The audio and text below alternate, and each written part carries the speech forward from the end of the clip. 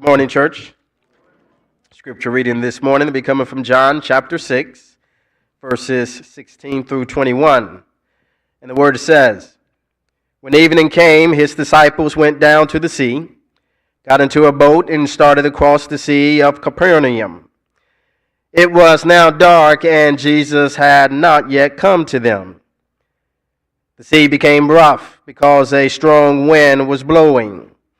When they had rowed about 3 or 4 miles, they saw Jesus walking on the sea and coming near the boat, and they were frightened.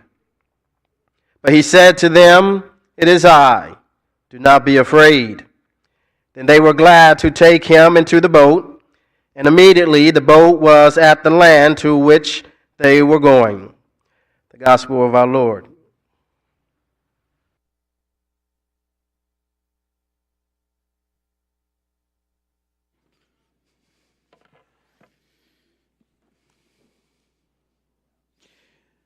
Many of you know the story of the feeding of the 5,000. Many of you know this story. Now, if you're familiar with this, you recognize that there are certain details that John leaves out that other Gospels fill in, and we're going to look at those. The other, bring the burger lights down considerably.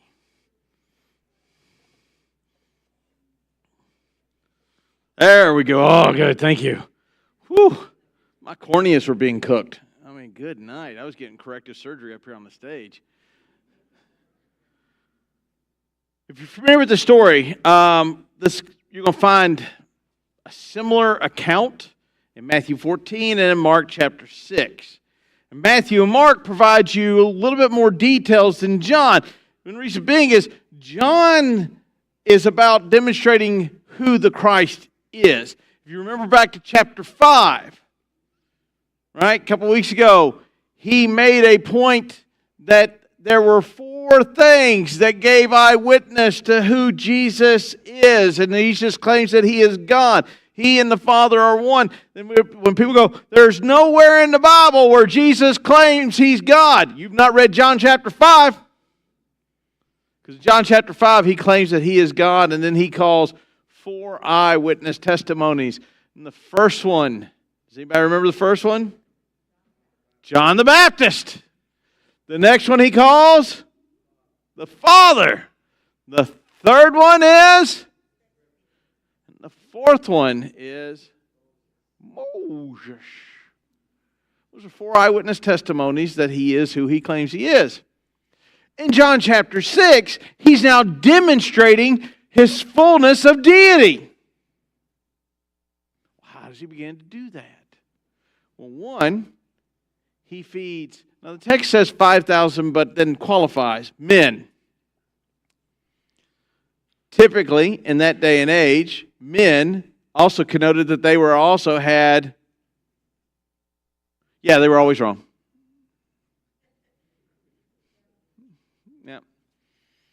They had a little helper everywhere they went. The light's green. I saw that. Thank you. It just takes a minute for me to get this to go. That's all right. You know, there's a stop up ahead. I thank you so very much. You want to turn right here? I know. I got a GPS and you both in a woman's voice telling me where to go. Thank you. I know none of you fellas ever experienced that, and I know that that's just new for y'all. Drake, good luck. Paige would never do anything like that, would she?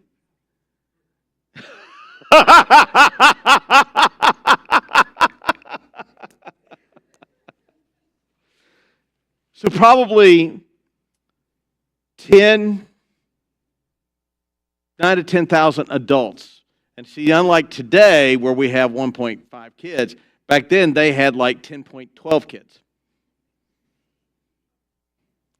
And so you got to figure the number is anywhere between 15 to 40K in attendees.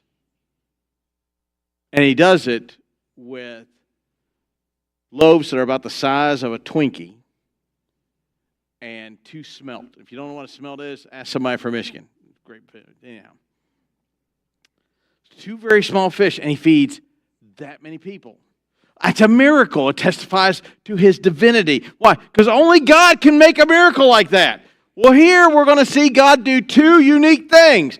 One, do something no one else has ever done, unless you're Rick Kasich in a certain music video. And you didn't know that song? No? Okay. Anyhow, that point just hit and it went nowhere. Walks on water. And another miracle he's going to perform, there's actually two, depending on how you read it, is he makes the storm stop, and then the boat immediately makes it to the shore.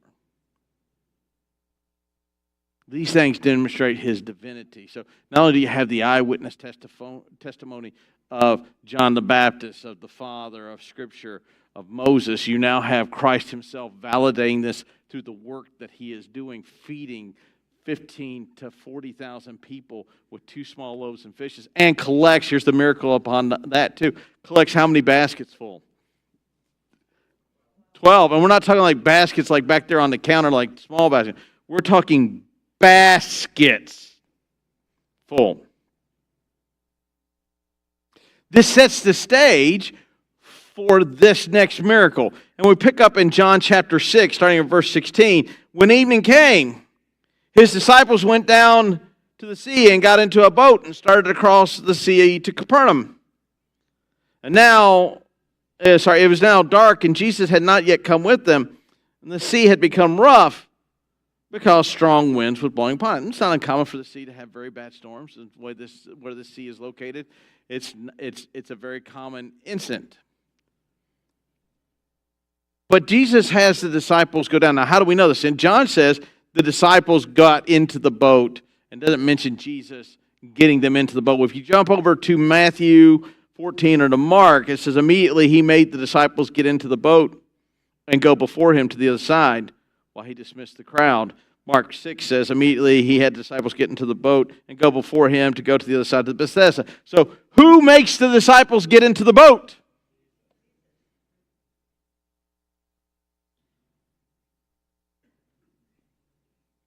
Do you think Jesus is unaware that there's going to be a storm on the sea? Do you think Jesus is going to be totally caught off guard by the events of the story? Now, there were some that will go, we call them open theists, and they're confused. Because I know what I'm having for dinner, but Jesus doesn't. That's an open theist. Which means he's not sovereign, and he's not all-knowing, and he's not all-powerful. You're dealing with an all-knowing, all-powerful God. How do we know that? Chapter 5. He is not unaware of what is going to occur. Quite honestly, he is the author of what is going to occur next. Now, why do I say that? Because he sends them out before he feeds the 5,000, before he makes that wonderful miracle. He has just sent, if you're over to Mark, he has just sent the 12 out and instilled them with power and authority to perform miracles in his name. He has not taken that off of them, and that's why when they come to him and go, oh my goodness, it'll take a half a year's wage to feed all these people. And he goes, well, you guys do it. And they go, well, why? They're looking at a supernatural problem with a very natural answer. Many of us in this room are doing the very same thing. Let's just take the situation the church is in. We go, there's no way, no way. You're looking at a supernatural problem with natural lenses. Well, pray about it. Yeah, what's your prayer? Well, Lord, give us enough money. Wrong prayer.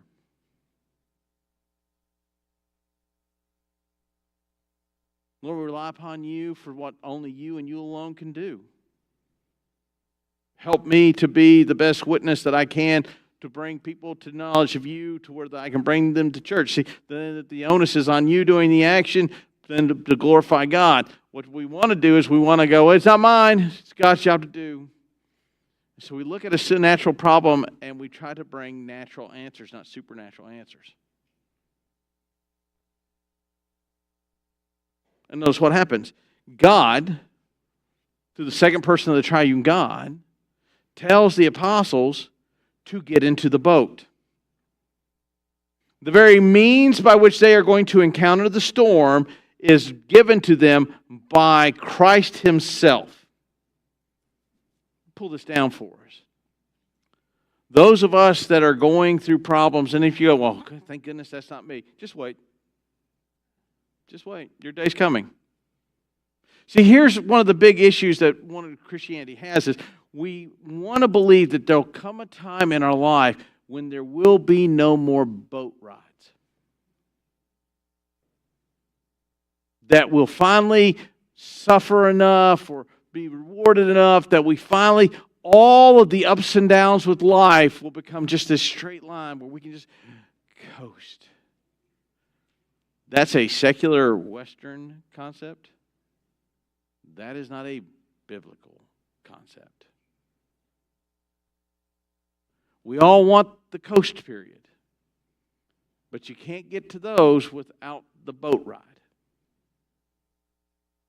And the problem is, we like the boat ride prior to and after Jesus gets in the boat, but during the midst of the storm, we are unhinged.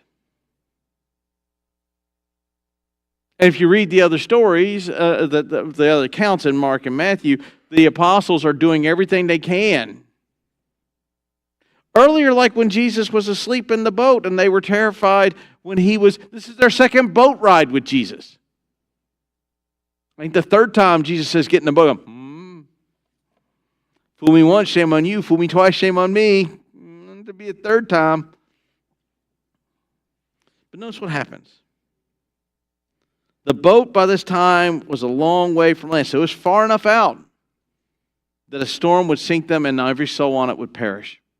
So it's not that the boat's close to the sea, and hey, if it gets bad, we can swim back. No, it's out in a spot where should the boat be overwhelmed and sink, all the men will die, to include the 12 baskets of fish and chips, which is a tragedy in itself.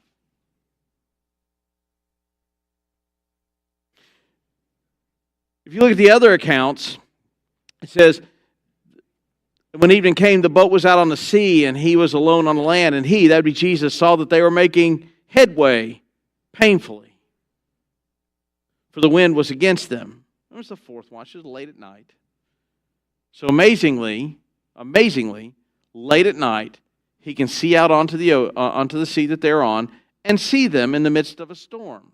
It's a miracle in and of itself. So notice what is going on. He's knowing what's going on. He's aware of the situation. He's watching from land. And here's the thing, is that there are a lot of folks who go, he's morally culpable for what's happening. He could intervene if he wanted to. There's a sad statement when we get to the end of this story that comes out of Mark, because it's indicative of the condition of the human heart. They've already been on a boat ride with Jesus. Jesus was asleep in the boat. They were terrified that Jesus was going to let them drown, yet Jesus already told them that he was going to die and resurrect, and yet they were terrified of dying. Here they are, working very painfully to go, and Jesus is seeing them. And here's the other thing is, in the midst of the boat ride that you have, God is fully aware of where you are in that ride. He is aware of the condition of the sea. He is aware of the water in the boat. He is aware of the struggle that you are having, and he is very much aware of the situation you are in. Now, here's the thing. The fact that he hasn't intervened yet does not mean he doesn't love you. But it is a matter of testing you. You've got to remember, he just demonstrated to the 12 that he could feed all these people with authority and power. He's already told them that he is who he is. He is God incarnate on earth. And there are 4 witnesses to this. He's already empowered them with the ability to perform miracles and do mighty things in his name. And yet, and they've seen numerous miracles. Go all the way back when he turns water into wine. All of these events. But at this moment, he's not capable of saving them. And you see the hubris in that? Do you see how very quick we are to allow natural problems to overwhelm us when we have a supernatural answer. How many of you, please don't raise your hands, for God's sakes, don't raise your hands. God, you don't know how bad I suffer. Your God's a deist, if that's your prayer. You've just quoted deism. God is off somewhere playing golf, and he is totally unaware of his creation. And every now and then he comes back and goes, whoa, I better fix that. It's also called Plan B theology in most situations. I'm sure you've heard this. Well, God did not intend to send Jesus into the world, but the world just got so bad, he just had to do something. Oh, dear Lord, that's horrible. That's actually blasphemy. It's called Plan B theology. God doesn't do a Plan B. God has a Plan A. And everything comes off Plan A. Otherwise, you know what you're having for dinner and God doesn't. Why is that? Because we want to believe earnestly God just doesn't know how bad I have it. Because the part that you won't say out loud is because if he knew, he would fix it. He knows. And he's not fixing it at this time to watch you develop as the believer you claim that you are, to rely upon him for deliverance instead of upon you for deliverance. This is a hard thing for me. Why? Because if God would just follow my plans, the world would run better. And annoyingly, he doesn't. Because I believe I'm a better planner than God. Now, again, do you hear how arrogant and problematic this is? You go, oh, I knew it. Yeah, you're the same way. If God would do this, the problem would be solved. You're a better planner than he is. Congratulations. They are where God has told them to be. They are in the spot he told them to be. They are in the midst where if the boat sinks, they die. That's where they are. That's the picture that's being painted. There is no means of salvation except for a supernatural cause, and yet they're still looking for a natural answer. That's where we are. It's where every one of them in this room is at times. And we fall back on the whole thing. If God loved me, he wouldn't let this happen to me. I'll be honest with you. My mom let me touch a hot pot more than once because I was slow on the uptake. Not because she was evil. Because after a while, I learned don't touch hot things. When I worked inner city youth, I'd have these kids come to me, I want to do this. I wouldn't do that if I was you. Well, I'm going to do it anyway. I said, rock on, brother. It went badly for them. They come back and said, well, this happened. I said, I know. Well, why didn't you tell me? I said, because you weren't in the mood for listening. You had to experience. Folks, a lot of times when God provides us in these situations, God also comes along and provides us answers out, and we're not in the mood for listening. Why? Because we have a plan and he's not following it, so we're not listening. Notice what happens next.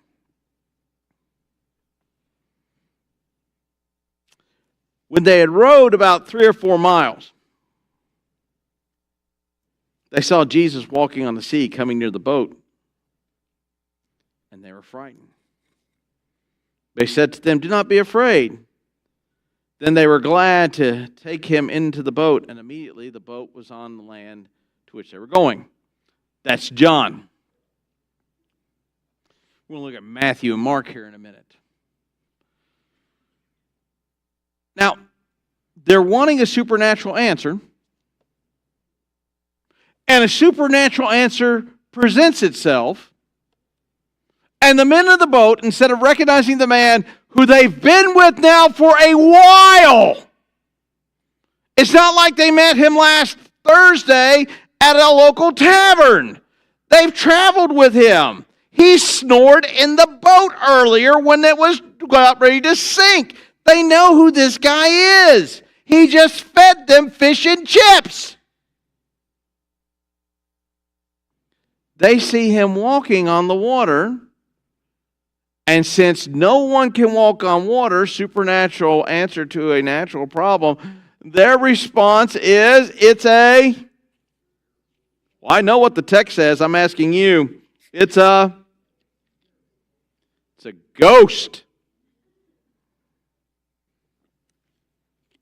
It's a ghost. We get that from Matthew and Mark. It's a ghost. It's a ghost. Can't be the second person of the triune God. It can't be Jesus walking upon the water. Can't be the guy that just fed us to our fill. Can't be the guy that gave us all power and authority to go and do miracles in His name. Can't be that guy. Why? I don't know, but it can't be.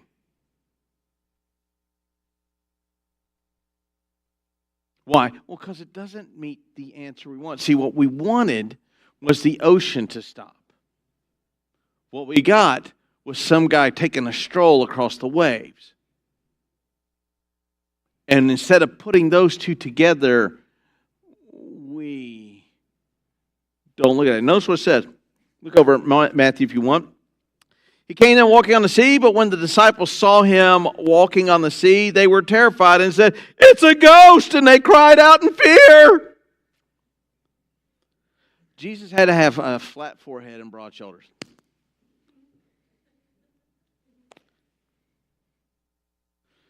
But immediately Jesus said to them, "Take heart, it is I, do not be afraid." Now, I love Peter. If you've been with me in Sunday school class, you know that I say Peter has athlete's tongue for the number of times he opens his mouth and inserts his foot. Peter answered him, "Lord, if it's you,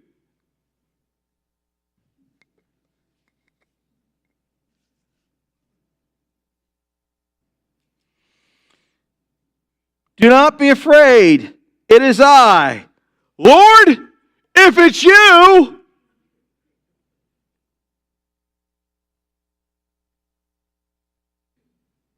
Do you see Peter's problem? Peter doesn't begin believing that it is the Lord.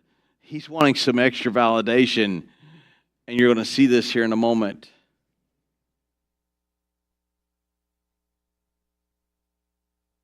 "Command me to come on the water." And he said, "Come on."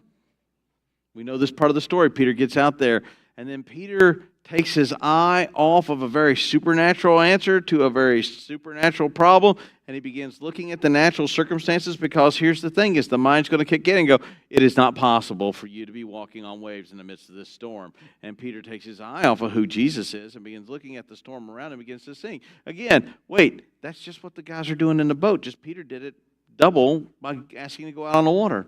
And Peter sinks. Who commands Peter to get on the water? God. What does Peter do when he gets on the water? Looks at the situation he's in instead of looking at God. See, the situation you're in because God has put you there. And the answer to the situation is not, "Lord, give me the strength to fare well in this and help me through this and help me persevere in this struggle." Instead, we look at it and go, "God, there's just no way. It's not possible." And before you're too hard on yourself, I've done the same thing. I've had these same conversations. Why?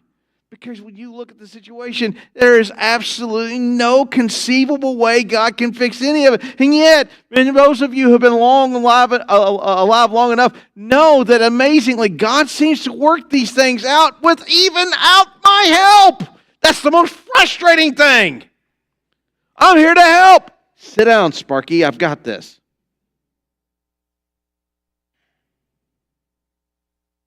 Peter gets out of the boat and falls prey to the same situation as those in the boat. Again, he sees a miracle. He asks to repeat the miracle. Does it, but then allows the natural circumstances of life around him to dictate the amount of faith he has in the situation. How many of us do that in our lives? Brother, actually, you just don't understand how bad I have it. I got it. I do understand. There are times when all of us go through moments where it is the deepest, darkest times within our lives, and some of us have not even experienced that yet. But I'm going to tell you, everyone in this room, if you haven't been there yet, you will soon be there. One of the things you need to realize is the storm is there because God put you in the boat, God put you in the storm, and God is going to bring you through the storm. Now, that may mean either through the resolve of the situation, the unresolving of the situation, you being brought through alive, or He brings you home to glory. But in any of the situation, He brings resolution. The resolution might not be something you prefer, but it is a resolution. See, we're like Bruce Almighty. We want all the answers to be yes. The thing is, God isn't going to give us all the yeses of our heart. Why? Because many of those yeses are selfish in nature. Secondly, here's the thing about the supernatural answers. It requires me to die to self and look to Him for the answer. It requires me to put an end of me trying to solve the problem and rest solely in the fact that the God who put me in the boat, the God who put me in the waves, the God who put me in the midst of the ocean where it's about ready to sink, the God who makes the ship almost flounder is the God who's going to bring resolution, not me. That's what Mark says.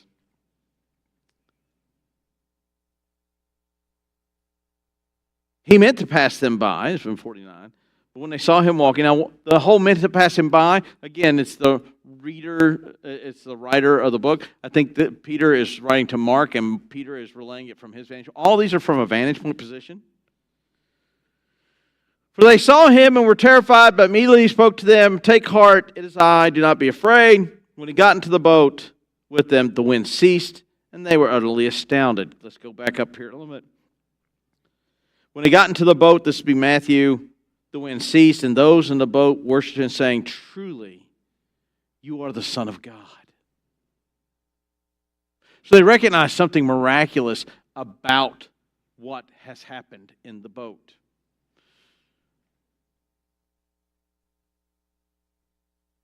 And then it records immediately they were on the scene. And this is great. It's wonderful. And a lot of times we read this passage and we go, man, I'm so glad that God hasn't put, or we go, man, I can't wait. I used to have a friend that would always pray for more trials and tribulations. I'm like going, I'm sorry, brother, I'll give you some of mine. I got a whole bunch over here. I'll be more than glad to shovel these over onto you. He said, well, it'll make me a more humble person. I'm like going, say it again slower for the arrogant crowd.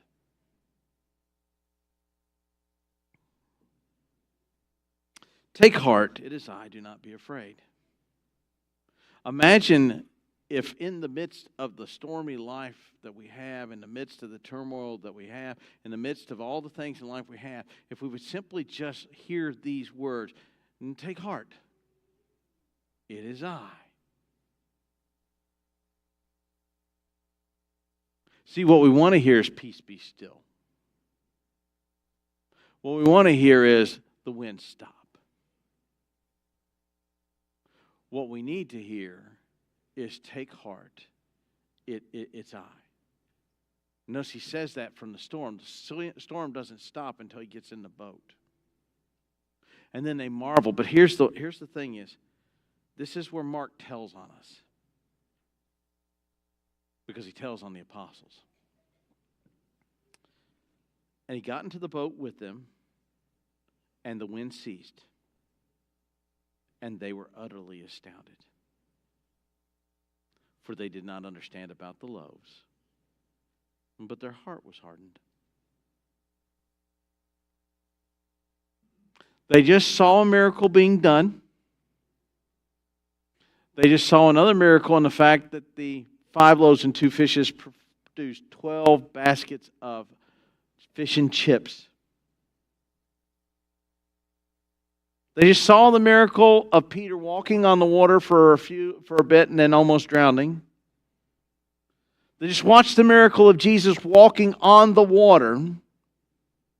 They've just seen all that. They've just returned from having power and authority to throw out demons and heal. They just returned from all of these things, but then Mark tattles on them.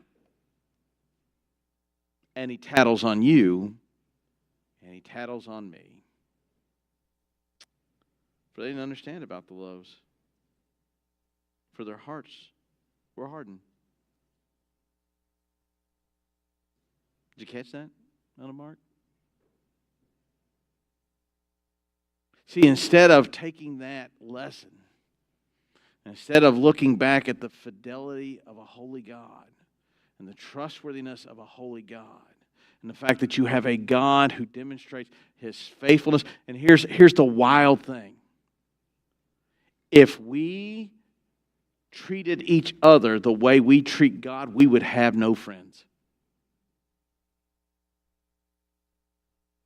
If we imposed upon God the way, our friends the way we impose upon God's kindness, goodness, and long-suffering, we would have no friends. No one would be in a relationship with a friend that made such wild assumptions about God's grace, mercy, and love over and over and over and over again.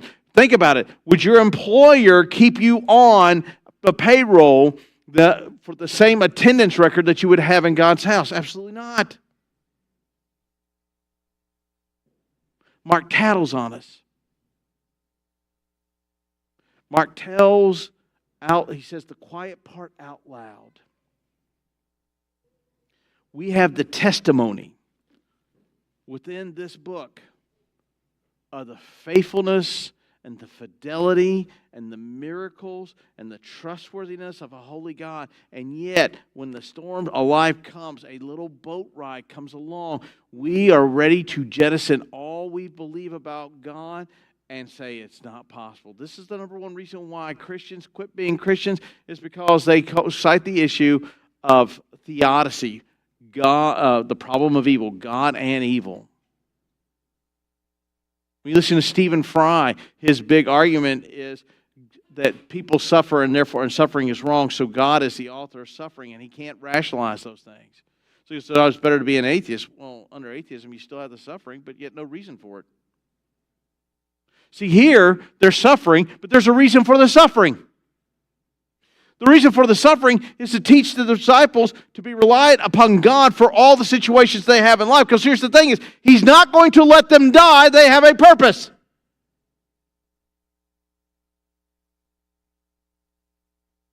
He put them in the boat. He told them to go in the sea. He strings the storm upon the sea. He walks upon the sea. He delivers them from the sea. And yet their answer to that is, yeah, He's done cool things up to now. But He can't fix tomorrow. And some of you in this room live that way. Oh, sure, yeah. God did save me after I prodded Him along. Let me help you out. You did not prod a holy God to intervene on your behalf. Again, that would be a form of deism. It's blasphemy is what it really is. Oh, sure, yeah, I can tell you how faithful God is, but hey, God can't fix this problem. Oh, sure, God's been faithful in the past, but it seems like the last little bit that God isn't faithful to me any longer.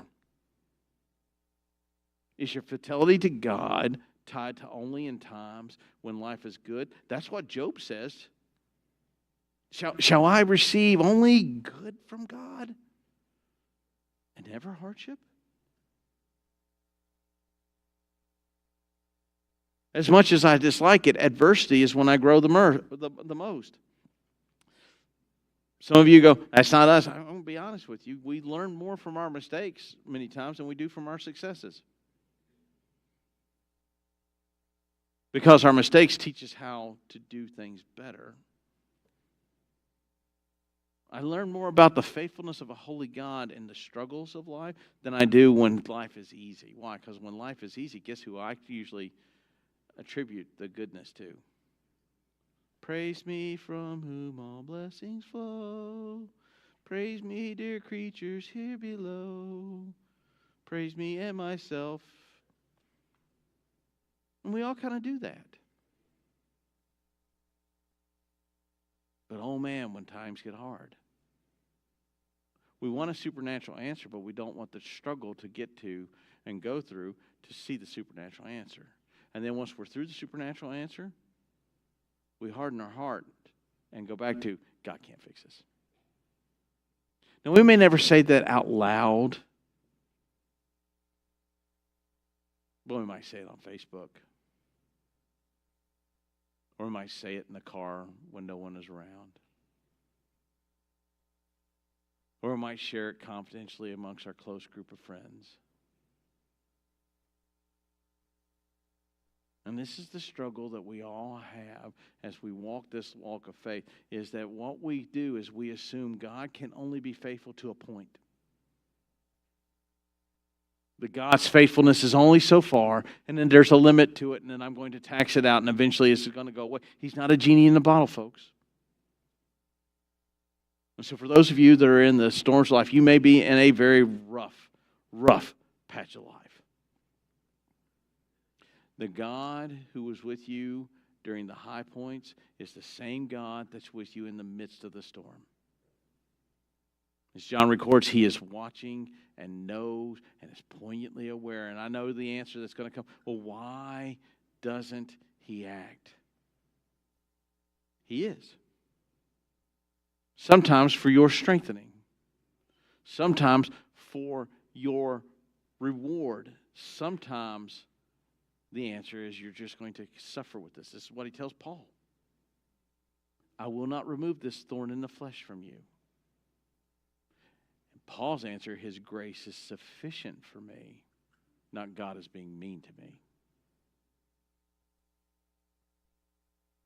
See, that's how we develop to be mature believers. Is in the midst of the storm, we recognize who put us there, who is aware of us there, and who provides a means for us out of there.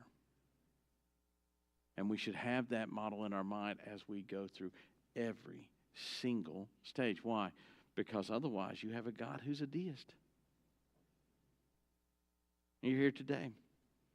And listen, you have been struggling with some very tough stuff, some hard things. I'm not here to discount that there are many in this congregation that are going through a lot of hard problems within life. Let me comfort you with the fact that you are not there by chance. And that God is not mean by putting you there. God is there to strengthen, direct, or to correct. Also, you're there in the fact that because God is going to demonstrate His glory in these events, because He's the God that put you there, He's the God that caused the storm, He's the God that's going to be there in the resolution of the storm. So as the praise team leads us out, I want you to contemplate on the understanding that there is a God who is there with you in the midst of the darkest hours of your life. Don't be like the apostles. Harden your heart to it and go, there's no way He can help. As they lead us out.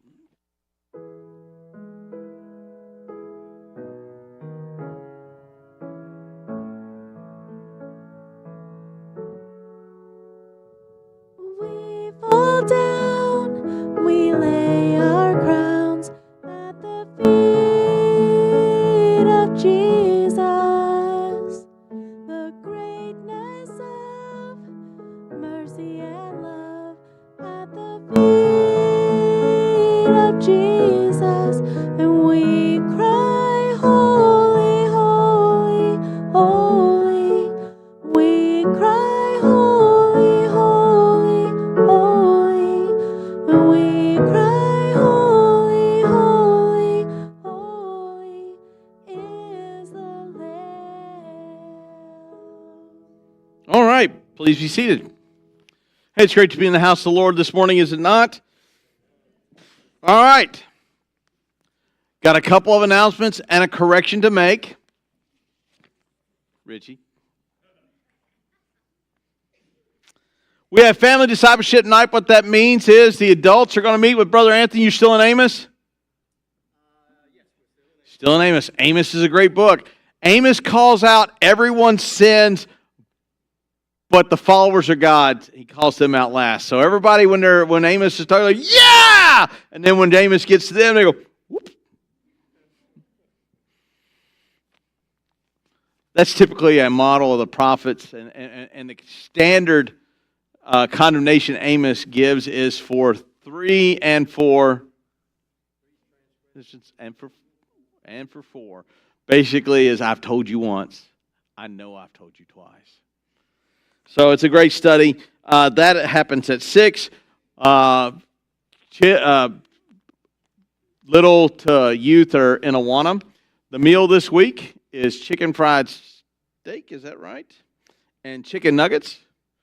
I don't know how chickens have nuggets, but apparently they do. And mashed potatoes, and that starts at 5. So, invite you. So, if you've got young kids, you want them to be part of a discipleship program. The Awana program is for you, and then the adults go to the adult Bible study. We'd like to have you join that there. Down for trunk or treat. We hadn't done this in a while. It kind of fell off. It didn't help the fact that a couple years ago we had a big brouhaha at the top of the parking lot with about 7 or 8 police cruisers, and much fun was had by none. It is not the Gospel Project. The organization that kind of rents our facilities to work with youth and things like that is called the Genesis Project. Yes, both started with a G. Both had an S and an E in there. Beyond that, that's about the only proximity I have. We're working out the details, but essentially he was looking for a place to do a trunk or treat. I said, well, we've been looking to get back into doing trunk or treats, so we're going to share the parking lot and do that. So as more details come about, we'll have a sign-up sheet for folks to be part of that, and hopefully more to come from that. I know we talked about having a work day. It's on October 19th. The thing for the work day is breakfast is with the work day. So it's a work day, and breakfast is provided for those who, there we go, we got the concept. And you don't have to work hard. You can wipe down the table. You can pick up salt and pepper shakers. You can pass out bottles of water for those who are actually doing some of the other work. So there's plenty of things that you can do that isn't physical labor intensive things. So there's that. I know Becky has an announcement she wants me to make, and I have forgotten it because that's just how I roll.